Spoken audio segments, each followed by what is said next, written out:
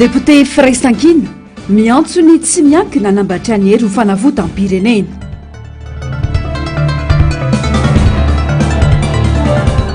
KMSB Toamasina mitohitolony tsy maintsy averina ho tany tandalany Madagasikara. Fanajana zony ankizy mbola lavitra ny lalana ho an'ny Madagasikara. Sabotsy 7 jona 4 manatitra ny araba tombo kilasy tombovavy atonga soa indray tanatin'izao fotoana ny fampalalam-baovao izao ampanajana sy ampitiavana no nasako anao naraka ny vaovao hatramin'ny farany. Pejiny politika avy hatrany ireo ihany no mitazona ny famarina toerana ara-politika ho an'ny fitondrana dia ny fahaizany mpanatanteraka manao fampanantenana sy ny fahaizany mametraka sy manome lanja ny fanoerana. Ny faharoa dia ny fahaizany mametraka ny filohany antenimieram-pirenena. Ny zava-misy ankehitriny anefa dia tomany eo ny tsy faharetan'ny fitondrana ho 5 taona intsony ho ny mpamakafaka politika Ignace Randriamamizafy. Mitatitra ny vaovao Germaine Omejanary, Andry Rakotomalala. Saotra ny raharaha politika ho an'ny fitondrana ankehitriny. Ity no mpitondra tsy nahazo ny 700 solombavam-bahoaka tamin'ireo mpitondra rehetra ny fandimby tato anatiny 80 taona nazahoana ny fahaleovantena. Ireo nanana mihoatra izany aza ny arandrehetra nahitany ny hafarany indrindra fa tao anatin'izany ny fitoam-pitondrana faharoa. Raha ireo zava-miseho eny anivon'ny antenimieram-pirenena amin'izao dia mazava fa tsy ahatapitra ny fitoam-piasany ny fitondrana ankehitriny. Miankina amin'ireo deputé-mpanohitra sy ny foto-kevitra ijoroany ary ny fahasahiany mandresy lahatra ny ho avin'ny firenena sy ny fitsombadika ny tantara hoy ny mpanaraka ny raharaha-pirenena Ignace Randriamamizafy. Ny côte be zany ny charisme an'ilay président na présidentiny assemblée nationale io amina resaka stabilité ao mikotra nareo tonga dia géométrie variable io satria tsy absolu en chiffre ho alina i majorité azon'le fanjakana fa relatif io amina exécutif amina fateterana fanateterana le asa zany relatif io fa chiffre fotsiny io satria any anatin'ny assemblée nationale nge fifidianana miafina nge ny tena zata atao afa-tsy ohatra hoe raha mandany lalàna ianao dia tsy akatanana iny tsy maninoniny fa raha ohatra hoe misy zatra ohatra motion de censure sy empêchement na propre manandy iny nge élection fifidianana miafina ny atao dia dikan'izay ilalao malety zany satria misy andresy 5 indépendant rehetra reo zany ilalao malety zany reo izay zany lazaiko hoe tsy géométrie variable be fa possible nefa aty ampanohitra mivadika ary ampitondra possible nefa any ampitondra vadika aty ampanohitra fa tsy azonao esorona izy tsy azonao naovana décence satria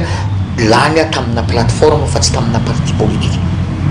dia izany rehetrarehetra zany tsy miteraka stabilité zany fa lasa instable dia vao zay izy zay vao zay le jeu dia resaka malety am'izay zany mikoty. Raha ny vaovao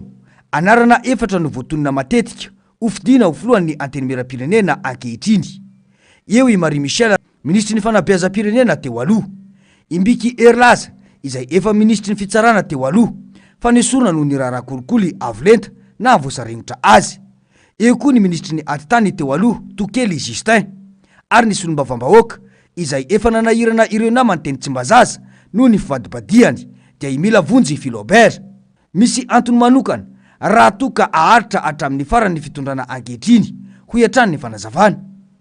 Ary ny assemblée nationale na côte be mihitsy amina resaka stabilité politique fa io assemblée nationale io tsy vitany hoe manana majorité ao ianao dia mieritreritra ianao hoe azonao stabilité politique tsia fa ny fahaizanao mametraka n'ilay olona ho filohan'ny assemblée nationale mihitsy. Côte voalohany aloha le président fa le membre amin'ny bureau permanent rehetrarehetra koa amin'ny côte tamin'ny andron'ny ngara-jonana mampianana tsy nanana charisme nafian'ny assemblée nationale za makasarakoto mamonjy sady tsy accepté no tsy acceptable atao fa ohatrany hoe niterena fotsiny dinona vokany juin 2015 nge ngara-jonana mampianana efa tratrana empêchement raha lalàna zany tany izy dia efa empêché fa nanaovan'ny ngaza Eric Rakoto sy mikimaky fotsiny hoe pacte de responsabilité zay tsy misy mihitsy ao anaty lalam-panorenana zany na ray ary fa dia narana fotsiny tany premier mandat Ngara Joel nanana ny karisma ny ara-mato Kristina Razanamaso ary nekeny rehetrarehetra satria nifidiny sy lombavambahoaka 100% hatramin'ny mpanohitra ary niraisy loatra ny reniny iny ka nyreninao zany any ajainao na jainy ary zay nisina stabilité tao anatin'ny assemblée nationale io sy ny fanjakana tamin'ny premier mandat ny Andry satria nekeny tao amin'ny assemblée zany ara-mato Kristina Razanamaso de raha manaraka nareo aty amin'ny faranany mandat ny Rajoelina vao misy lay motion de censure iny ary nanakeny iny ara-mato Kristina Razanamaso matoy iny na signature 500 faratsy nanakeny iny tao izy tsy azo iny ny mpanohitra tao ngenina ambe fotsiny nitimo fa naniny iny misy signature na 500 nidika zany ny tao anatin'ny pombany Rajoelina mihitsy efa nisy nikisaka ny ala tao de hitanareo amizay le mikoty be mihitsy le stabilité oetiny le présidente ny assemblée nationale aty amin'ny farany mandat aty vao mivoaka le izy de problème anty législature vaovao ty zany raha analiziko za olo tsy mahita mihitsy hoe iza ny olona manana gabarit manana charisme amareo député lanireo avy any ampitondra ho président ny assemblée nationale io raha ny tantaram-pirenena no arahana dia ity fitaom-pitondrana faharoa ity no hosarotra indrindra ho an'ny fanaovana politika eto amin'ny firenena raha mihevitra ny kitika lalam-pandrenana ireo mpitondra ankehitriny dia mazava ny voalazana lalam-pandrenana dia amin'ny tokony irosoana ho an'ny repoblika fahadimy andravany rafitra napetraky ny TGV anefa izany ka ho gouvernemanta maromatra iraisana no hitondra ny firenena tsy iroso amin'izany anefa ny fanjakana satria ho fahasahiranana ho azy ny fahamaroany ireo tsy miankina eny anivony anteny meram-pirenena mihotsaka tsy tory tamin'ny fifidianana filoham-pirenena ny vato azon'izy mara rampitaina amin'ireo vato azon'izy ireo tamin'ireo fifidianana roa ny fandimby hoy ny mpamakafaka raharam-pirenena Iada Jean-Pierre Androany nilaza ihany koa ity mpanao politika ity fa tsy hanana fahamarina toerana ara-politika izao fitondrana izao no ny fiainan'ny isam-bato azon'izy ireo Asinandriamalala Manohana Andriamalala ny ena tsy toy ny tamin'ny fifidianana filoham-pirenena ny vato azon'ny volomboasary tamin'ny fifidianana sy lombafam-bahoaka faranteo hoy ny mpanao politika Iada Jean-Pierre raha ampitahaina ny vato azon'izy ireo tamin'ny fifidianana roa samihafa ireo nanjaka ny kandidany firaisankina avokoa ireo renivohim-paritany rehetra teto Madagasikara ny endrika fihodinana faharoa amin'ny fifidianana filoham-pirenena iny fifidianana sy lombafam-bahoaka iny ka radiniana dia resy ny volomboasary ny fanazavana dia araky ny fiteniny zareo ao amin'izy rehetra miaraka amin'ny Andry Rajoelina dia hoe deuxième tour ny fifidianana filoham-pirenena ka rehefa jerentsika zany lay vokatra lay deuxième tour ny fifidianana filoham-pirenena dia tokony tsy ho lany lay filoham-pirenena satria tsy nahazo tratra ny isam-bato azony tamin'ilay fihodinana faharoa ity voalohany ity fihodinana faharoa ity ary latsaka lavitra faharoa manarakaraka an'izany tsy voatazony tsy tratrany zany lay atao hoe maro anisa eo anivon'ny anteny meram-pirenena zay roa apahatelo ny isan'ny anteny meram-pirenena noho maro anisa eo anatrehany anteny meram-pirenena zany hoe tokony anana solombavambahoaka farafahakeliny zany eo amin'ny 122 eo zany 122 isa zay tsy tratrany zany zay isa zay tsy tratrany zany ny maro anisa eo anivon'ny anteny meram-pirenena fa ny be anisa zay mahatratra 20 roa amby 20 izy izay kosa aloha dia azony eo amin'ny anteny meram-pirenena fa ny zava-dehibe azo troana amin'ny fifidianana iny dia hoe ilay deuxième tour zany ny filohan'ny république dia ahitana fa tsy naharesy ilay filohan'ny république eny fa na dia nandray anjara tanteraka ary izy tamin'ny fampielezan-kevitra amin'ny fampantanina ireo olona ireo tsy hanana tanjaka tahaka ny Kristina Razanamaso izay ho filohan'ny anteny meram-pirenena vaovao eo hoy ity mpanao politika ity azo inona ihany koa ny tsy fidianan'ny mpanohitra sy ireo kandidat tsy miankina izay kandidat atoditry ny Irmar ho filohan'ny anteny meram-pirenena izay ho filohan'ny anteny meram-pirenena vaovao eo aloha dia tsy hanana mitanjaka ohatran'ny ramatoa Kristina Razanamaso satria Kristina Razanamaso dia nay ny fampiraharaha nay ny fampiresaka tamin'ireo tsy nitovy hevitra taminy na dia mbola tsy filohan'ny anteny meram-pirenena ary izay ny nafahany nandresy lahatra ireo ataontsika hoe solombavambahoaka ny timma tamin'izany androany ka nafahany na azo izato isan-jato ho lasa filohan'ny anteny meram-pirenena amin'ity kosa dia azo antoka fa tsy hatratrany zany farabe indrindra dia eo amin'ny 63% ny solombavambahoaka eo ny mety mandany an'izay ho filohan'ny anteny meram-pirenena eo ary azo antoka aloha fa tsy ho isy io avy amin'ny mpanohitra mihitsy ny no hampandany zay folohan'ny antenimera-pirenena eo fa mety ireo le ataontsika hoe indépendant zany zay tsy manana hazon-damosina tsy manana ataontsika hoe tsy manana tsy miakin-doha amin'izy anizy izy zay no mety ahafahany manao an'ilay izy na ho tafaverina amin'ny toerana maha-prime ministre azy aza Itsay Christian dia tsy anana fitoniana ara-politika ity fitondrana mitsoro ity noho ny fambaniny vato azon'izy ireo na tamin'ny fifidianana solombavambahoaka izany na tamin'ny fifidianana filoham-pirenena. Ny 9 Jolay ho avy izao moa no ivory voalohany ireo solombavambahoaka vaovao araka ny voafaritra lalam-panorenana. Amin'ny fotoana io ihany koa no ifidianana izay filohan'ny antenimera-pirenena vaovao sy ireo mpikambana ao anatin'ny Bromahatra, ireo filoham-bomery ary aorin'izay no anloran'ireo maronisa ny anaran'izay prime ministre ho lehibe ny governemanta. Miantso ny solombavambahoaka tsy miankina ho tonga saina ny manoloana ny famotehana ny firenena ny solombavambahoaka Tontsoa Andriamampandry. Miandry ny fahasain'ireo voafidy ijoro tombotsoan'ny distrika n'ireo vahoaka ny fidy azy matona metraka fitokisana tamin'izy ireo. Tsy hanompo olon-tokana no andehanany ny Tsimbazaza fa hanompo vahoaka hoy ny fanazavany.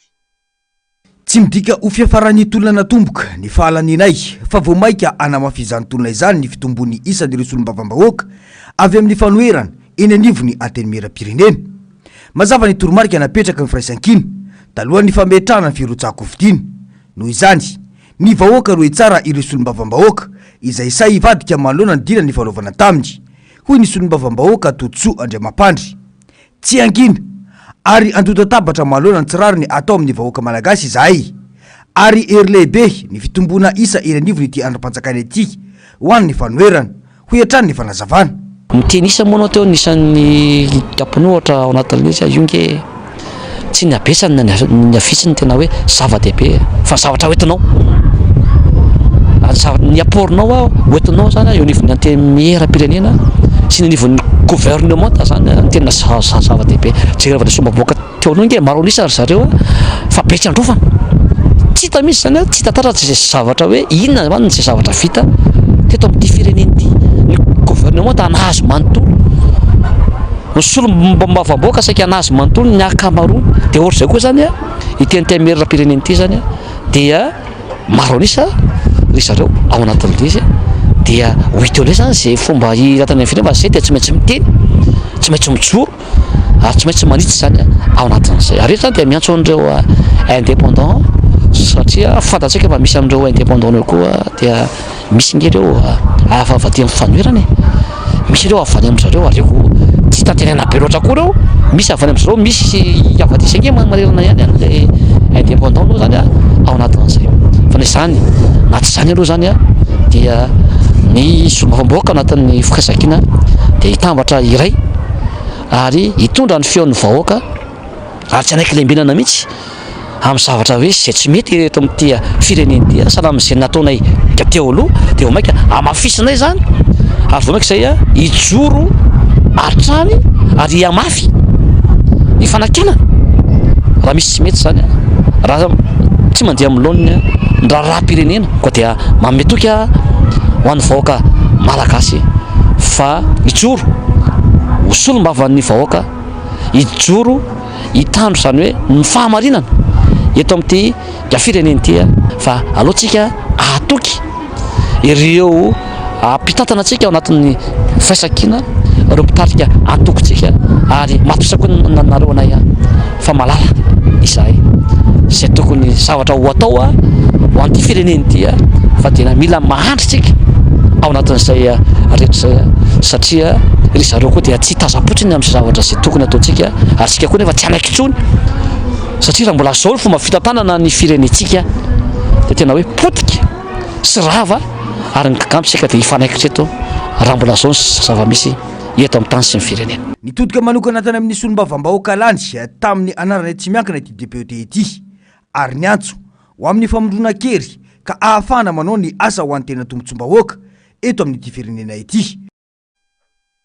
Manodidina izay vaovao izay mibaribary ny fitany ilana teo amin'ny fitsarana ireo fitoriana manoloana ny tsy fanarahana nandritra ny fifidianana solombavam-bahoaka hoy ny KMSB Toamasina voalohany androany ka niteraka fitany ilana teo amin'ny famoaham-bokatra. Manao ihany koa izy ireo fa tsy nijerena mihitsy ireo fitoriana rehetra natao teo anatrehan'izany. Naneo ny tsy fahafaliana manoloana iny vokatra iny ny KMSB Toamasina voalohany ary nanambara fa hiady hatramin'ny farany sy ny famarinana eto amin'ny firenena. Ho arantsika vetrany makasika izay fanambarana izay. Fanambarana ny KMSB Toamasina voalohany manoloana ny vokatra ofisialy navoaka ny fitsarana avy momba ny lalam-panorenana HCC tamin'ny alakamisy fa 17 Jiona 2024 lasa teo dia manao izao fanambarana manaraka izao. Miarahaba manokana ireo kandida lany natolotry ny vovonana firaisankina sy natolotry ny kolektifany malagasy tamin'ny fifidianana solombavam-bahoaka ny 29 Mai lasa teo. Satria fantatray tsara lalan-tsarotra no sedrenareo. Faharoa manaraka izany, na eo aza izany, ny KMSB Toamasina dia maneho ny alahelo sy ny fifampo teo amin'ny fomba fitsarana ireo fitoriana maro dia maro nataonay ary tsapanay fa ohatrany tsy mijerena mihitsy ireo fitoriana ireo ka mety nahatonga ny fitenenana hoe misy pirofo fa tsy maresy lahatra ary nolazaina ihany koa fa tsy misy fiantraikany tamin'ny voka-pifidianana. Ohatra amin'izany ny bulletin précoché, ny filazana fa ny filohany repoblika nametraka fialana tsy ho filohana antoko dia afaka maneho hevitra ao anatin'ny fotoana ny fampelezan-kevitra izay mifanohitra tanteraka amin'ny voalazany 2024 ao amin'ny lalam-panorenana. Fahatelo, ny namelana ireo olona marobe tsy manana kara-panondro nefa navela malalaka ny fidy izay heverinay fa misy fiantraikany amin'ny voka-pifidianana. Noho izany mibaribary loatra ny fitanilana nataony HCC teo amin'ny fitsarana ny fitoriana rehetra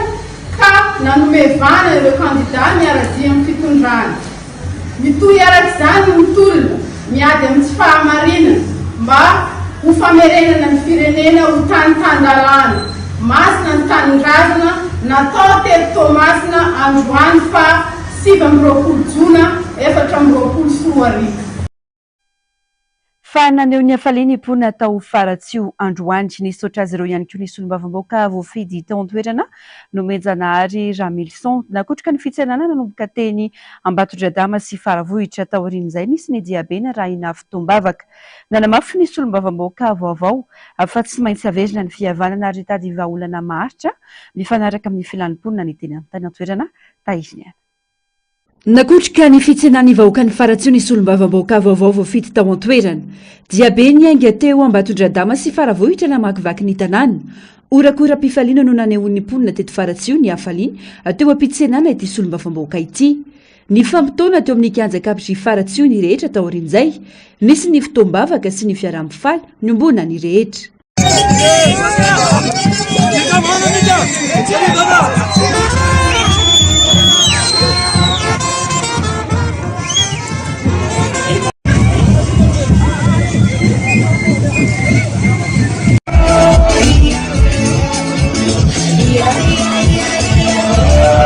Velim-pisaoran'ireo rehetra ny fanolo-tanana ka nahazoana izao fandresena izao ny solombavam-bahoaka.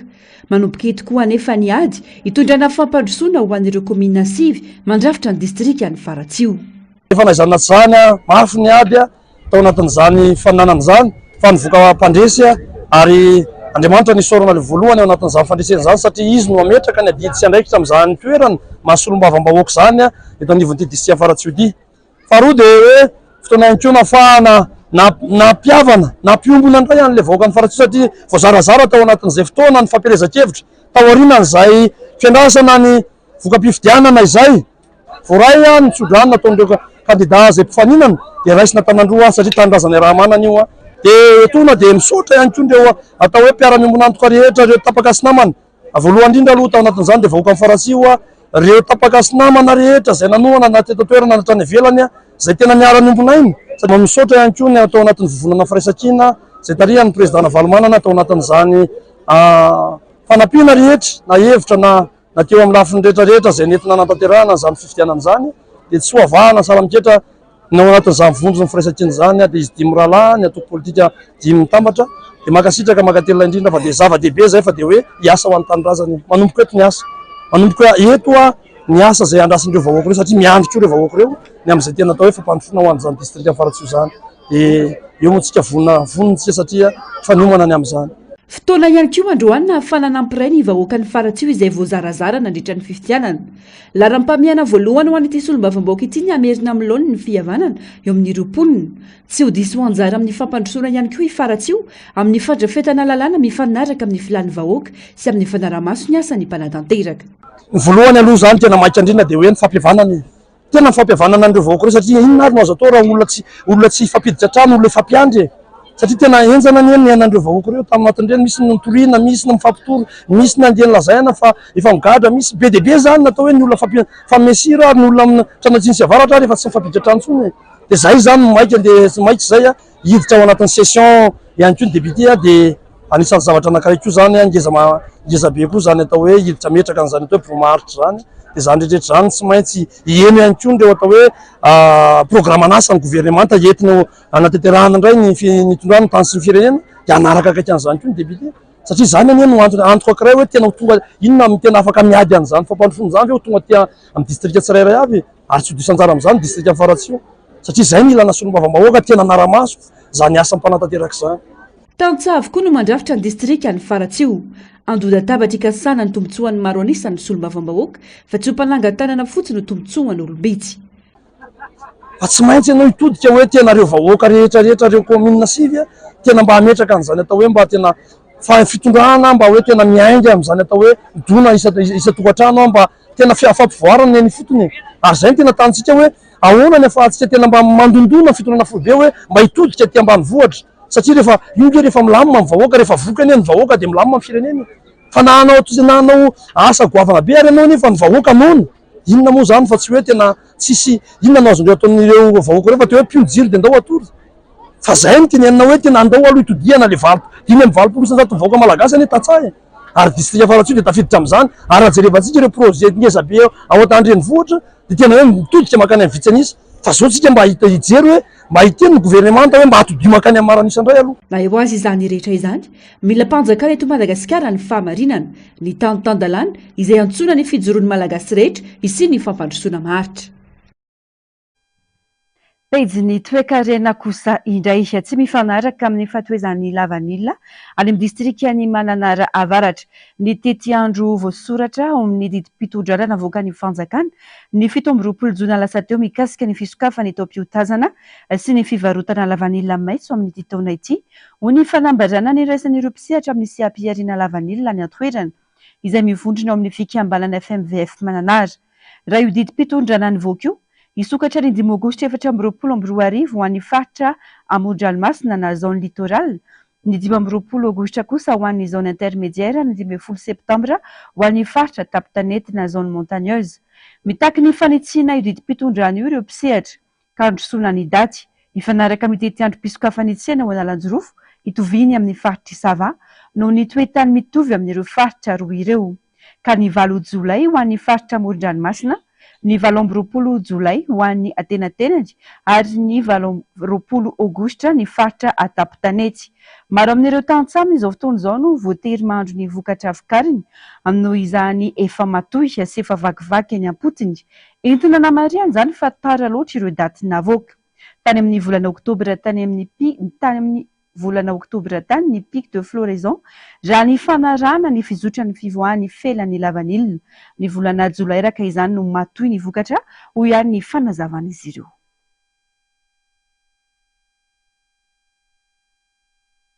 Pejiny sosialy kosa indray ny faran'androany ny iray volana natokana ho fanajana ny zon'ny ankizy. Etsika maro no namarian'izany ho antsika teto Madagasikara. Fanao isan-taona ny fanokanana iray volana ho an'ny ankizy kanefa tena mbola lavitra ny lalana ho antsika eto Madagasikara amin'ny fampiarana ny zon'izy ireo. Asin'Andriamalala, Manombo Andriamalala.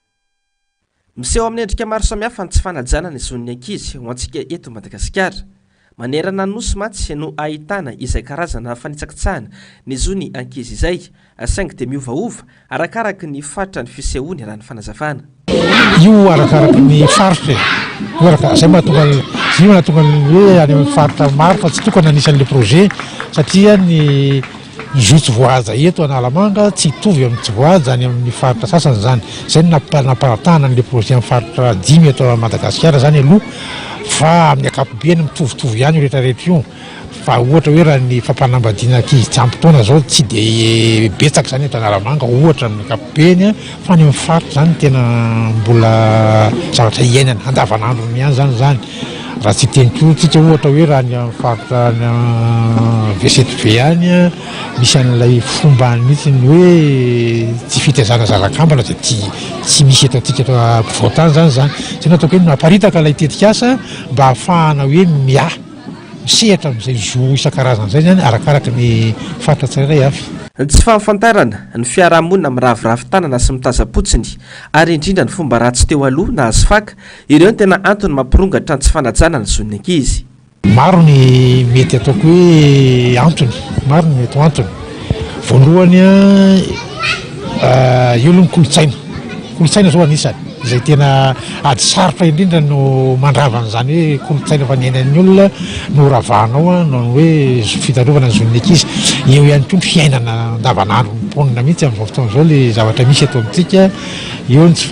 fahampiana ny fahantrana angamba hotsorona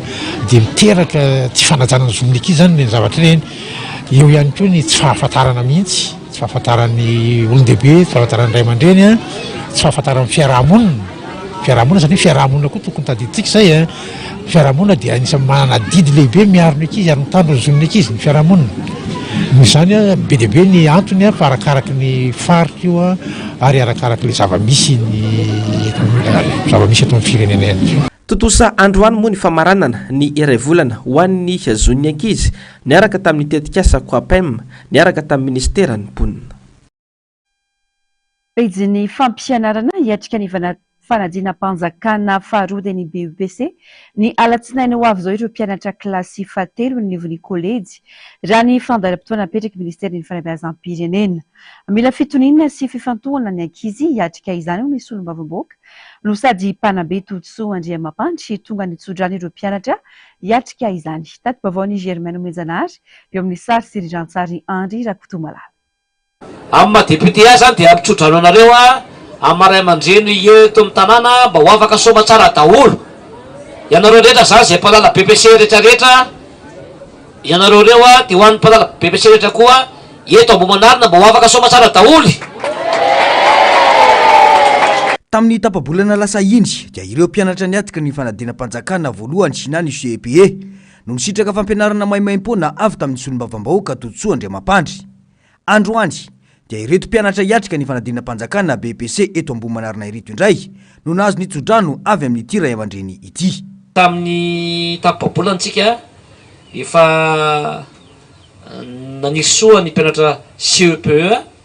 dia nitsodrano zava-mahery amintsika malagasy dia fantatsika fa teto Ambohimanarina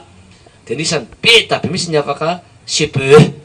dia metsika tetehaka mampiasa aloha reny zanytsika reny. Dia amin'izao indray zany tsika nisy kory mamem-pona izay nataontsika ho an'ny zanaka Ambohimanarina rehetra tsy hakanavaka io na iza na izy. Rehefa manao zavatra zany i député Tontsoa sy ny CM Matsararay izay miara-miasa amiko dia manao mamem-pona ho an'ny mpianatra satria ny fianarana no voalohan-karena dia tsy maintsy ampiana zany ianareo mpianatra mba tsy ho vesatra be ho an'ny ray aman-dreny satria manao kory zany rehefa vola be dia mena mamem-pona reo mba ho tafita amin'ny fianarana satria amin'izao fiainana izao rehefa tsy mianatra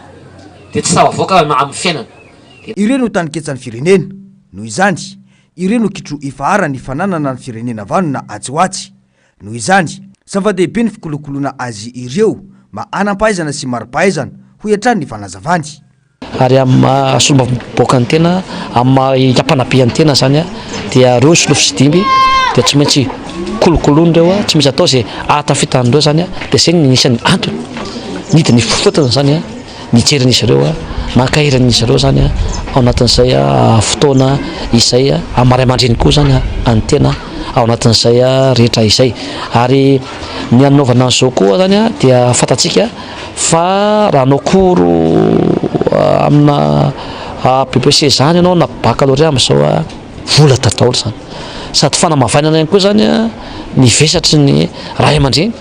amin'izao fiainana sarotra izao zany dia sady fanampinan'ireo zanaky ny ray aman-dreny ireo fanampinan'ireo zandro ireo dia izay koa zany anisan'ny antony nanaovana an'izao koro manaim-poana tsy tapaka nandritra izay 10 taona rehetra nasolo mavomboboaka ny teny izay reto dia mametoika hatrany ny vahoaka anamboamanarina fa mbola eto ny tenanay dia aza manana reo fa mitohatrany ny asa sosialy ny fododrafitrasa ary anisany ny fanabeazana dia ataoko no tena tombony mihitsy ataoko loha larana zany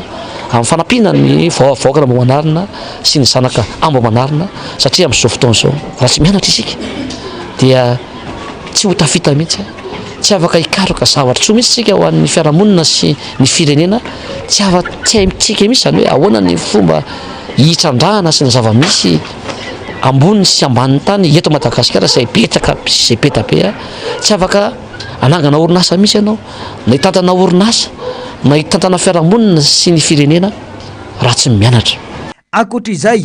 dia nisy ny fanomezana toromarika manokana ho an'ireto mpianatra ireto amin'ny fiatrehana ny fanadinana dia makasofla tsara kalma tsara azo izay dia misaina tsara zany mamaky tsara le sujet nareo dia vakina tsara dia vita zay dia manoratra milamina ampisainana aza mamaika mihitsy dia tsy mikoropaka azo izay rehefa vitatsika zay milamina eo dia tadina zany le natao tany am-pianarana sy taty amin'ny kory taty fa dia tena tsy misy atao reo dia ary afaka soma tsara rehefa manana an'izay finoana dia tsy mikorapaka zay dia vita tsara io azo izay zay ny tena fanaovana azy dia aza dino ny convocation ny carte d'identité aza dino dia hoentina aloha be mihitsy zany izy amin'ny maraina amin'ny alina dia efa lamina tsara daholo dia mifo maraina tsara dia mijery dia makany amin'le toerana fanaovana ny fanadinana zany hoe androa zany nareo narapitso farafatara dia mijery an'le salina tsara hoe aiza le izy fa tsy rasina hoe voijery hoe aiza dia faniny eo salina 2 sa 3 sa 4 sa aiza fa tsy jery efa nandroany narapitso dia milamba tsara ny saina amin'ny alatsinainy mazava ve zay zay fa dia rarsoanareo ny rarso ho an'ireo mpianatra rehetra manerana nosy izay hiatrika ity fanadinam-panjakany ity moa ny solombavam-bahoaka Totoso Andriamampandry. Vonina ny ampiroborobo sy anamafiorina ny antokontsika Madagasikara ireo mpikatroka amin'ny komina alakamisy ny Fenoarivo raha nambarana ireo mpitarika ny antoko ao an-toerana androany. Asa sosialy no nanomboana izany androany ary nitohy tamin'ny fanatanjahantena tamin'ny alalan'ny tournoi metrika nandraisan'ny kluba maro anjara. Tena an-toerana nanangona ny vaovao Asin'Andriamalala sy Manora Andriamalala. Tournoi mendrika no anaran'ny fifaninanana baolina kitra lalovina olona 7 ao amin'ny komina Alakamisy etsy Fenoarivo. Kluba 12 no mpandray anjara amin'izany. Natao izao hetsika ara-panatanjahantena izao anaporofoana fa eo anilan'ny vahoaka eny fotony hatrany ny antokotika Madagasikara, eo ihany koa ny anampiana ireo tanora tsy varilavo amin'ny zava-mahadomelona. Ny antokotima no mpikarakara kanefa dia tsy nanavana na iza ny fandraisana anjara. Vaona eno an'ity hetsika ity ny mpandray anjara rehetrarehetra dia na tsy tima na fikambanana tsotra na fikambanana hafa dia narisika daholo nandray anjara isoratra anarana ao anatin'izao hetsika karakarain'tiako Madagasikara izao eto anivon'ny komina Alakamisy. Hetsika maromaro zay nefa nataonay ary isan'izany ihany koa ity hetsika ataonay ho an'ny tanora ity ho fibeazana an'ireo tanora mba tsy hidonanam-poana sy ronany amin'ny zava-mahadomelona dia anisany ho ataonay matetitetika izay hetsika ho ataonay ho an'ny tanora zay. Voalohany zao ho an'ny tanora fa mbola hisy hetsika ho ataondray any amin'ny farany taona any ho an'ny tanora. Dia zahanay andeha araka ny tokony ho izy izay fikarakarana ny tanora sy any amin'ny sehatra maro samihafa zay eto anivon'ny komina Alakamisy Fenoarivo. Mivelatra amin'ny endrika maro samihafa izao fanampiana ny tanora karakarain'ny tim ao amin'ny komina Alakamisy raha ny fanazavany mpitarika hatrany. ivelatra amin'ny rehetrarehetra mihitsy zany a ny antokotima amin'izao satria ny antokotima eto amin'ity faritra misy anay ity a dia somary natorotoro teo eo a fa miverina amin'ny heriny tanteraka mihitsy ny tiako Madagasikara eto anivon'ny faritra Alakamisy Fianararivo a dia miezaka izahay ao amin'ireo sokajy rehetrarehetra izay misy eto an-toerana na vehivavy na ankizy na olon-dehibe raha azo atao ao amin'izay lafiny rehetrarehetra izay a ho fampandrosoana indrindraindrindra an'izay faritra misy anay izay. Ondry sy kojakoja maro ilaina amin'ny fanatanjahantena moa no amboara omena ireo kleba hibata ny fandresena. Farany amin'ny maresaka avy any ivelany manafaingana ny fananganana ny ivitoerana fandraisan'ireo mpifindra monina voavonjy tamin'ny rano Italia Albania amin'izao fotoana izao. Maro ireo nitsikera ny fananganana ireo fotodrafitrasa saingy tsy nampiembotra azy ireo izany. Fanadihadiana eo amin'ny sariny Euronews. Na eo aza ireo tsikera maro manohy sy manafaingana ny fananganana ilay fitoerana lehibe andrasana an-tanin'ireo mpifindra monina voavonjy ny ampita rano atao amin'ny Italia iry zareo ao Albania amin'izao fotoana izao. Iray amin'ireo politika ny fifindra monina italiana ireo fotodrafitrasa izay verina fa hisokatra amin'ny fiandohan'ny volana Aogositra ho avy eo ny roa amin'izy ireo fotodrafitrasa afaka indray olona 1.3 alina isan-taona. Toana ny Prime-ministre italiana Giorgia Meloni sy ny mpiara-miasa aminy Edi Rama ity asy ity na dia nahazoan'izy ireo tsikera avy amin'ireo fikambanana miaro ny zon'olombelona sy ny ao Bruxelles aza.